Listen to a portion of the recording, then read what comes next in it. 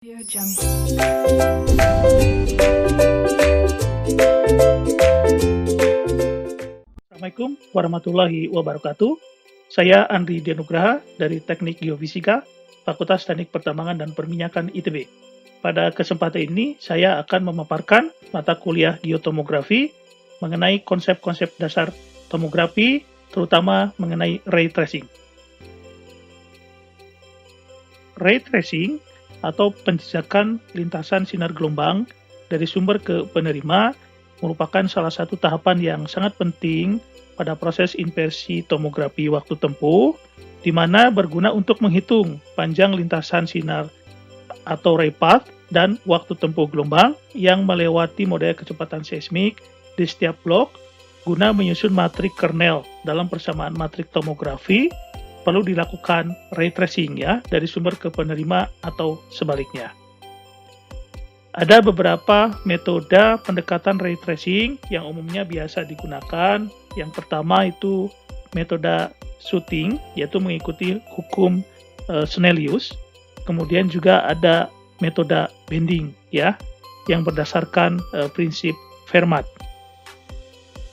Berikut metode penjejakan sinar gelombang dengan metode shooting ya, bisa kita lihat di sini. Katakanlah ada sinar gelombang yang warna merah ini, kemudian bertemu bidang batas lapisan, katakanlah lapisan pertama dengan kecepatan seismik P1, indeks bias N1, lapisan kedua dengan kecepatan seismik V2 dan indeks bias N2 ya. Kemudian syaratnya P2 lebih besar daripada V1. Theta 1 adalah sudut datang relatif terhadap bidang normal, kemudian theta 2 adalah sudut pantul relatif terhadap bidang normal. Ini merupakan persamaan hukum Snellius ya, sin theta 1 per sin theta 2 sama dengan V1 per V2 sama dengan N2 per N1.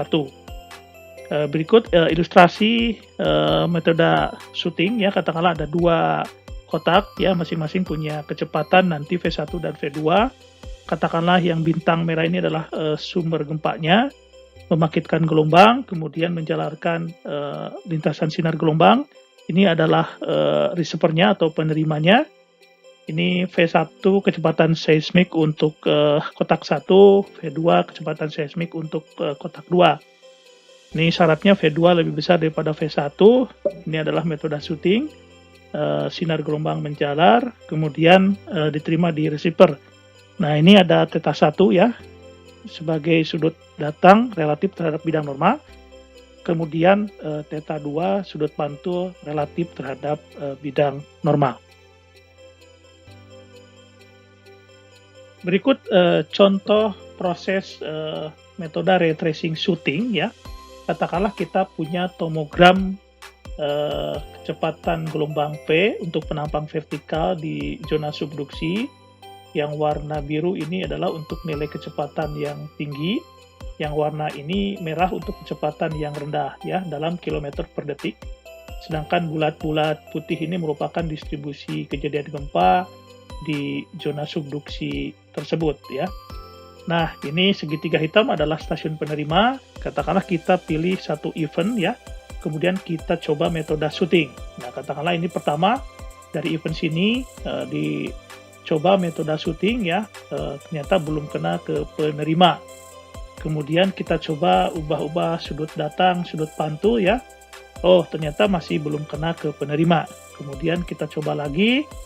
Oh, ternyata masih belum keterima di stasiun penerima. Kemudian dan seterusnya belum kena ke stasiun penerima. Akhirnya dicoba-coba sudut datang dan sudut pantulnya dengan metode tertentu kena ke stasiun penerima. Nah, apabila sudah kena, maka tinggal dihitung waktu tempuhnya dari sumber event trace di sini ke penerima berapa, kemudian dihitung panjang lintasannya. Berikut metode ray tracing bending dengan menggunakan prinsip Fermat ya. Jadi di metode ini lintasan sinar gelombang antara dua titik akan menempuh lintasan dengan waktu tempuh yang minimum. Ya, katakanlah ini kita punya dua kotak masing-masing dengan kecepatan V1 untuk kotak 1, V2 untuk kotak kedua. Yang segitiga merah ini adalah sumber gelombang, yang bulat biru ini adalah penerima atau receiver ya. Nah, di metode ray tracing banding ini sumber dan penerima itu sudah ditetapkan gitu ya, lintasan diganggu sedemikian sehingga nantinya menghasilkan waktu tempuh yang minimum. Katakanlah ini adalah lintasan pertama, oke, kemudian ini lintasan kedua, ketiga, ya, kemudian ini keempat, ya. Nah, dari kombinasi beberapa lintasan ini nanti dicari mana yang menghasilkan waktu tempuh minimum. Berikut contoh ilustrasi ray tracing pseudo bending ya. Ini penampang tomogram kecepatan gelombang P, warna biru untuk nilai pp tinggi, warna merah untuk nilai pp rendah ya dalam kilometer per detik. Ini penampang vertikal di zona subduksi, yang bulat putih ini merupakan distribusi dari kejadian gempa di zona subduksi. Katakanlah ini adalah segitiga hitam, ini stasiun penerimanya.